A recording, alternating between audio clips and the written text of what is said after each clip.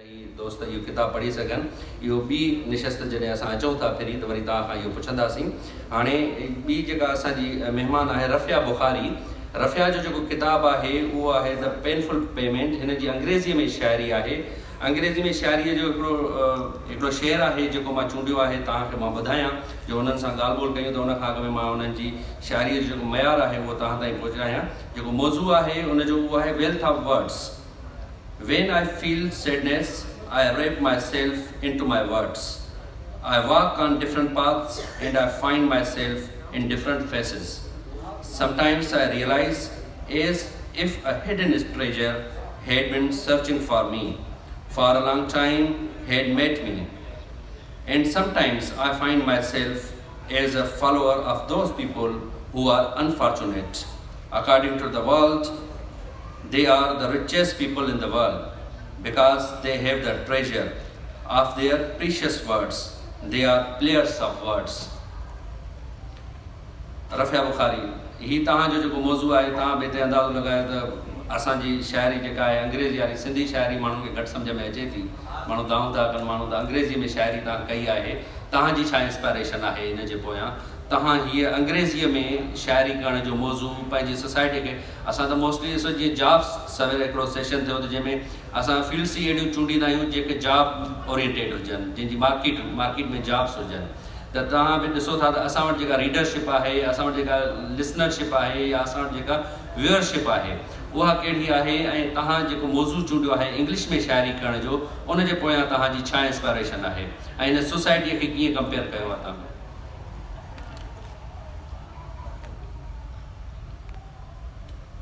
Assalamu alaikum everybody. I am thankful to SLF and particularly Ada Nasir giving space to my book. This is Painful Payment, my debut book of poetry. Poetry English में लिखण जो कोई plan मां न कयो हुयो त कोई इंग्लिश में लिखणो आहे, ठीकु आहे। ऐं एतिरो मूंखे मतिलबु आइडियो बि न हुयो त को मूंखे सुठो रिस्पॉन्स मिलंदो। मां जस्ट पंहिंजे पैशन खे फॉलो कयो। इन बुक लिखण जो मक़सदु इहो हुयो त don't suppress your feelings and your passion, whatever your passion is, follow your passion. So मुंहिंजो मक़सदु इहो हुयो त मां हीअ बुक आणियां, आणे ॾिसजे कहिड़ो रिस्पॉन्स थो मिले। जॾहिं मां हीअ बुक पब्लिश करायो, हिनखे 2 years थी विया आहिनि बुक पब्लिशिंग खे। By the grace of God तमामु सुठो रिस्पॉन्स मिलियो आहे। बुक सोल्ड आउट थी वियो आहे and publisher wants to bring 2nd edition। त तमामु सुठो हिकिड़ो मूंखे रिस्पॉन्स मिलियो आहे। इन शइ मूंखे मोटिवेट कयो आहे त मूंखे इंग्लिश में लिखणु घुरिजे। मां जॾहिं कंहिंखे ॿुधाईंदी आहियां त आई बिलोंग टू कंबर शहदाद कोट और my education is from Larkana, वरी जॾहिं इहो ॿुधंदा आहिनि माण्हू त हिकिड़ो अजीब इम्प्रेशन हूंदो आहे ऐं ॾुख बि थींदो आहे त माना अहिड़े अजीब क़िस्म जा रिमार्क्स मिलंदा आहिनि मूंखे त तव्हां सिंधी छोकिरी लाड़काणे जे बैकवर्ड एरिया खां तालुक़ु था रखो, तव्हां इंग्लिश में कीअं था लिखो? छा असां एजुकेटेड न आहियूं? छा असांखे इहो राइट न आहे त असां कंहिं बि लैंग्वेज में पंहिंजी फीलिंग्स खे एक्सप्रेस करे सघूं? छा असां एजुकेशन में पैगाम जेको इहो हुयो त इहो पैगाम वञे वर्ल्ड लेवल ते त असां एजुकेटेड आहियूं सिंधी गर्ल्स। असां सिंधियुनि खे ईअं सम्झो वेंदो आहे अनसिविलाइज़्ड आहिनि। असांखे उहो हिकिड़ो सुठो इम्प्रेशन ॾियणु घुरिजे त असांखे बि एजुकेशन आहे, असां बि लिखी सघूं था, असां बि वर्ल्ड लेवल ते पंहिंजी रिकग्नाइज़ेशन ठाहे सघूं। इहो किताबु अचण खां पोइ हाणे भला छा रिस्पॉन्स मिलियो आहे? हाणे तव्हांखे छा रिस्पॉन्स मिले थो उन्हनि माण्हुनि खां जेके तव्हां ते तनक़ीद कनि पिया या तव्हांखे क्रिटिसाइज़ कनि पिया? हाणे छा पियो रिस्पॉन्स मिले? हाणे रिस्पॉन्स मूंखे सुठो थो मिले, माशाअल्लाह। हाणे मूंखे रिस्पॉन्स सुठो थो मिले, पॉज़िटिव इम्प्रेशन मूंखे मिलियो आहे। बुक जे हवाले सां मूंखे पॉज़िटिव इम्प्रेशन मिलियो आहे। अच्छा शाहीन, तव्हां जीअं ॿुधायो पंहिंजो, तव्हां इंट्रोडक्शन बि ॾिनो, किताबु मां पढ़ियो, मां तक़रीबन हुन मां अंदाज़ो लॻाए वियुसि ऐं प्रोग्राम खां पहिरीं तव्हां सां जेका ॻाल्हि ॿोल थी, जेको पाण ॻाल्हायोसीं मुख़्तलिफ़ मौज़ूअनि ते, त तव्हां हाणे ॿुधायो त जेके हीअ किताब जे अंदरि जेके मौज़ूअ तव्हां चूंडिया आहिनि, कहिड़ा कहिड़ा मौज़ूअ चूंडिया आहिनि? हिकिड़ो त मूं तव्हांजो शेर पढ़ियो हुयो बाइक राइडिंग वारो, इहो मूंखे वणियो ज़ाती तौर ते ॾाढो। त तव्हांजा पसंदीदा मौज़ू हिन में कहिड़ा आहिनि? घणे खां घणी तिबा आज़माई तव्हां छा ते कई आहे? ऐं तव्हां जेको पसंदीदा जेकॾहिं को शेर हुजे, नज़्म हुजे त उहो बि असां सां शेयर कयो। महिरबानियूं। मुंहिंजी जेका शाइरी घणे में घणी आहे उहा आहे रोमांस ते। सो हिन महिल मां तव्हांखे ॿुधाईंदमि पंहिंजो हिकु नज़्म, उहो बि जेको आहे सो रोमांस ते ई आहे। नज़्म जो जेको उनवान आहे उहो आहे विसाल। तोखे सजदो कयां भल त काफ़िर थियां, तोखे सजदो कयां भल त काफ़िर थियां, आऊं तोसां मिलां पोइ हल थी वञां। जीअं नदीअ थी मिले मंझि सागर पिरे, आऊं तोखे चुमां प्यार एॾो कयां। ईअं बखजी वञां जीअं वण साण वल, वर वकड़ ॾेई सॼो जिस्म हिकिड़ो कयां। चप तुंहिंजा चुमां प्यार एॾो कयां, प्यार जे ॾोह आ त काफ़िर थियूं। ॾोह एॾा कयूं भल त दोज़ख रसूं, पोइ दोज़ख खे जन्नत बणाए छॾियूं।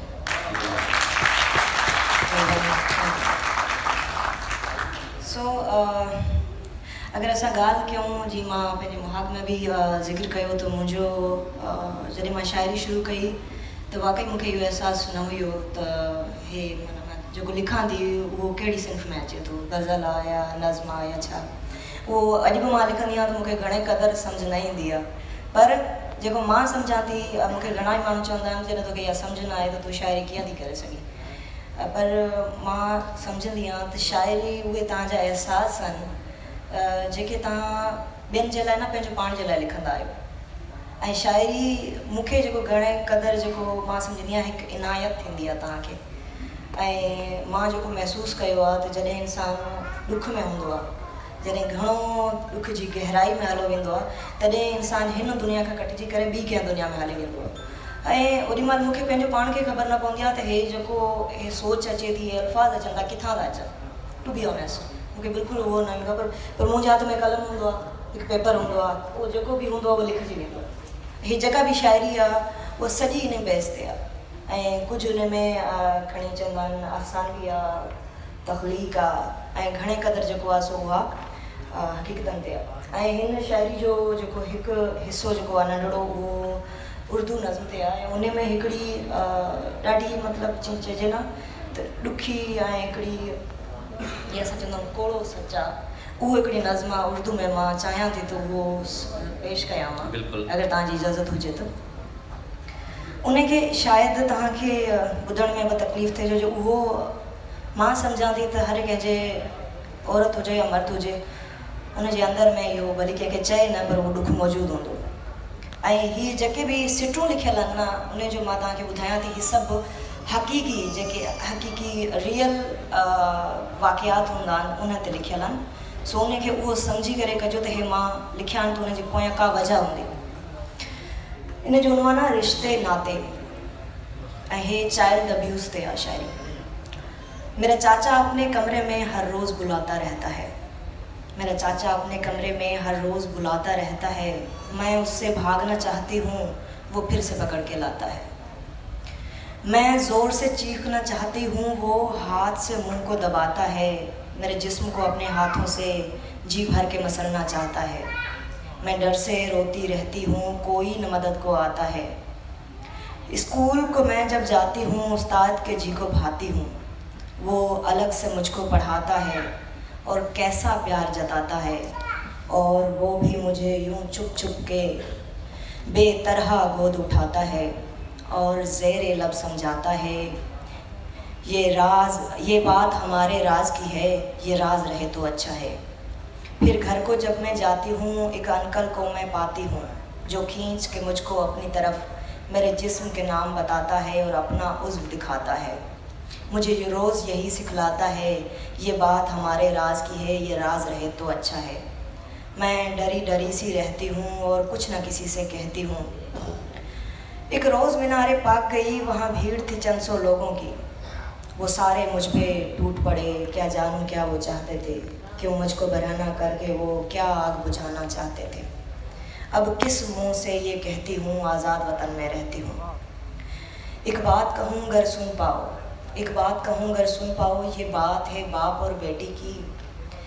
एक रात उसे वो कहता है, एक रात उसे वो कहता है, ये रिश्ते नाते बेमाना, ये प्यार के बीच में बेड़ी है, मैं चाहता हूँ तू बात समझ। ये बेटी बेटी छोड़ दे अब, ये मेरा जिस्म वो तेरा जिस्म, बस जिस्म को जिस्म में खोने दे और ख़ुद को हमारा होने दे। वो हद थी मेरे सब्र की बस, उस रोज़ ही मैंने ठान लिया, ए जीवन तेरा खेल ख़त्म, अब हमको रुखसत होना है, अब कब्र में जाके सोना है, बस कब्र खुदी और हम सोए, कुछ लोग वहाँ भी आ पहुँचे।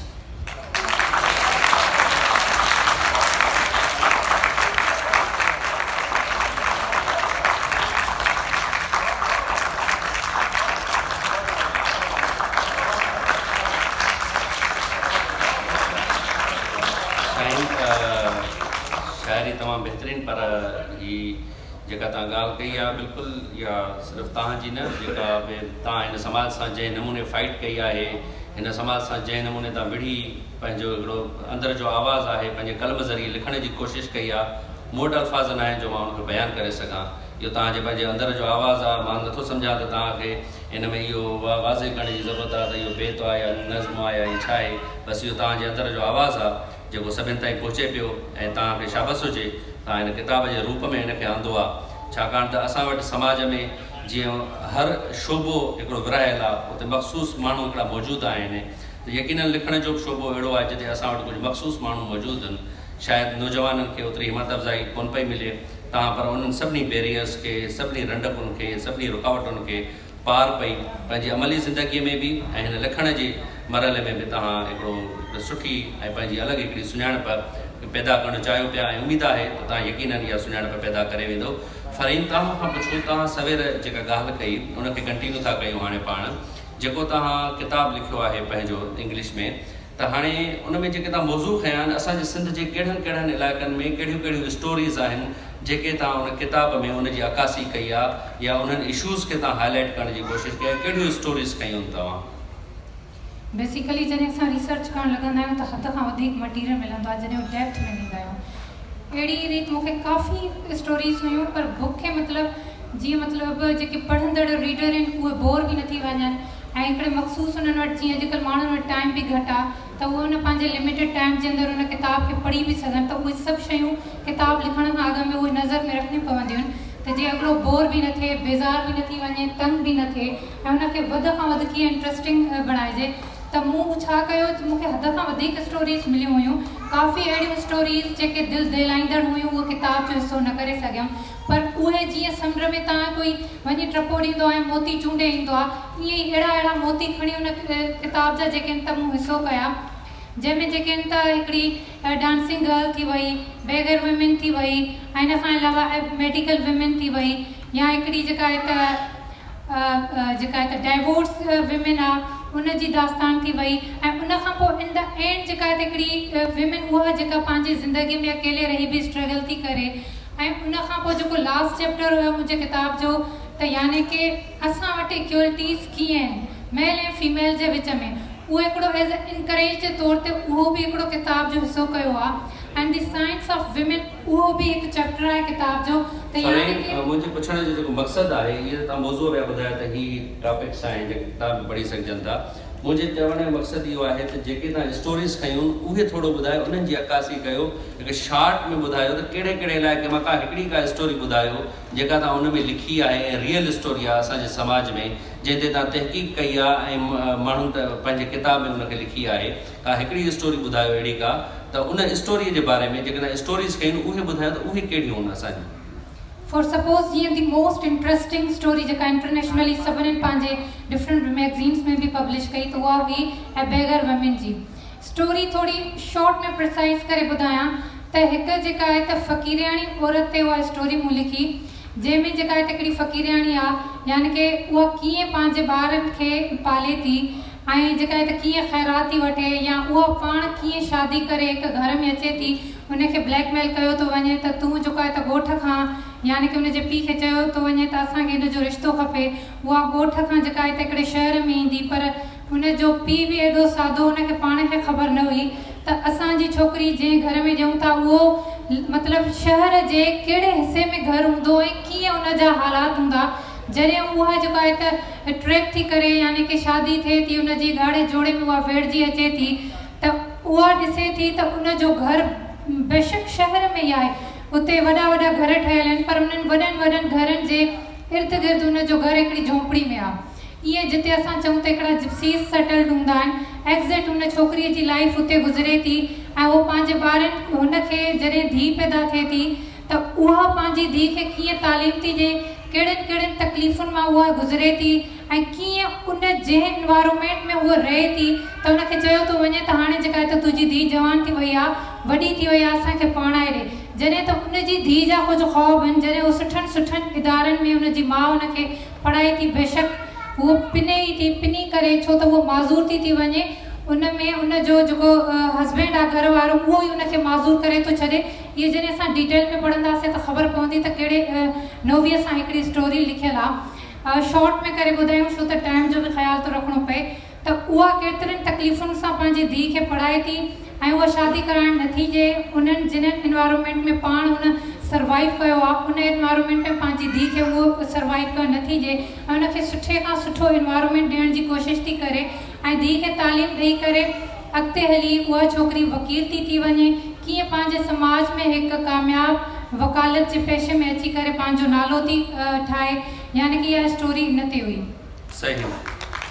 अच्छा फरहीन, मां जेका फ़हिरिस्त पढ़ी तव्हांजे मौज़ूअनि जी जेके तव्हां मूंखे ॾेखारिया सवेर ऑनलाइन, त उन में तक़रीबन फरहीन जा जेके मौज़ू आहिनि उहे औरत सां असांजे समाज में जेके ज़्यादतियूं थियनि थियूं या औरत सां दरपेश जेके मसइला आहिनि उन्हनि खे हुन मौज़ू बणायो आहे। जेके बि हुन जूं तक़रीबन 20 खां 22 जेके बि स्टोरीज़ आहिनि, शार्ट स्टोरीज़ हुन बुक में, उहे सभु औरतुनि सां रिलेटेड आहिनि। मां चाहींदुसि त तव्हां इन प्रोग्राम खां पोइ फरहीन खां हुन जी का लिंक वग़ैरह वठो या ऑनलाइन कीअं परचेज़ करे सघिजे थो बुक, उनजो प्रोसेस बि तव्हां उन खां मालूम कयो त फरहीन तव्हांखे ॿुधाईंदी। जेकॾहिं मां सम्झां थो इते ई तव्हां जेकॾहिं ॿुधायो माण्हुनि खे मुख़्तसरनि त बुक कीअं परचेज़ करे सघिजे थो, ऑनलाइन कीअं मिले थो, त मां वरी पोइ असांजी ॿी जेका गेस्ट आहे रफ़िया उन खां सवाल कंदुसि। मुख़्तसरनि पंहिंजे ऑनलाइन बुक जे बारे में परचेज़ करण जो तरीक़ेकार ॿुधायो। बुक जी सिंपली लिंक आहे, तव्हां गूगल ते वञी लिखंदो विमेन इन डार्क मैटर्स त काफ़ी सारियूं वेबसाइट्स अची वेंदियूं, जंहिंमें पाकिस्तान में बेसिकली उहो बुक पाण ई न रखायो आहे। इहो जेको बुक पेपर बैग में जेको पेपर जे यानी कि हार्ड कॉपी जे फॉर्म में अचे थो त उहो इटली में आहे, जापान में आहे, फ्रांस में आहे, यूके में मौजूदु आहे ऐं थाईलैंड में आहे। इन खां अलावा काफ़ी जेके ॿिया डेवलप्ड कंट्रीज़ आहिनि उन्हनि में एक्सेप्ट बांग्लादेश ऐं पाकिस्तान जो बुक न आहे अनफॉर्चुनेटली, छो त असां वटि अमेज़ॉन घटि कमु थी करे। तव्हां जीअं गूगल ते वेंदो विमेन इन डार्क वाटर्स लिखंदो त तव्हांखे उहो बुक साम्हूं अची वेंदो ऐं तव्हां USA जी जेका वेबसाइट आहे उतां उन बुक खे तव्हां परचेज़ करे था सघो। सही। अच्छा हाणे हीअ रफ़िया तव्हां खां मुख़्तसरनि आख़िरी सुवालु आहे, तव्हां इन जो ॿुधायो तव्हांजी शाइरी जा मौज़ू कहिड़ा आहिनि हिन किताब में, मुख़्तसरन बस। Definitely, this book is written in English. This book is written in English, but all themes are from our society. You can find village girl, you can find prostitute, you can find my autobiographical elements. You can time आए तमाम share कया है कोई वक्त मुख़्तसर आहे, तमाम घट programme आहे, पोयां सेशन वारा ॿिया दोस्त इंतज़ार में आहिनि। It's about time. It's about time. It's about time. Basically मुझा poems जेके आहिनि मोटिवेशनल आहिनि, तव्हांखे मोटिवेशन मिलंदी, तव्हांखे इनकरेजमेंट मिलंदी। तव्हां शेयर पढ़ो। हाँ, टाइम जो थीम आहे, टाइटल आहे time is impartial, no one holds the reins of time in his hands, time is the same for all, time is precious for all, either the rich or poor, it knocks at everyone's door, it always knocks at the door of my heart at calm nights, it awoke me from restless sleep when I was mourning over my fate, having held my hand it showed me its picture, which was only struggle. I said that it accompanies those who struggle consistently for their cause, even it bows its head before them, who cling to their cause, and every cause becomes easy for them. They don't care about scorching rays, every element of the universe salutes them, and those who never answer its knock, they remain sleeping, despite listening to it.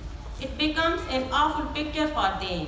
Their listless sleep never permits them to become a slave of those who reply its knock.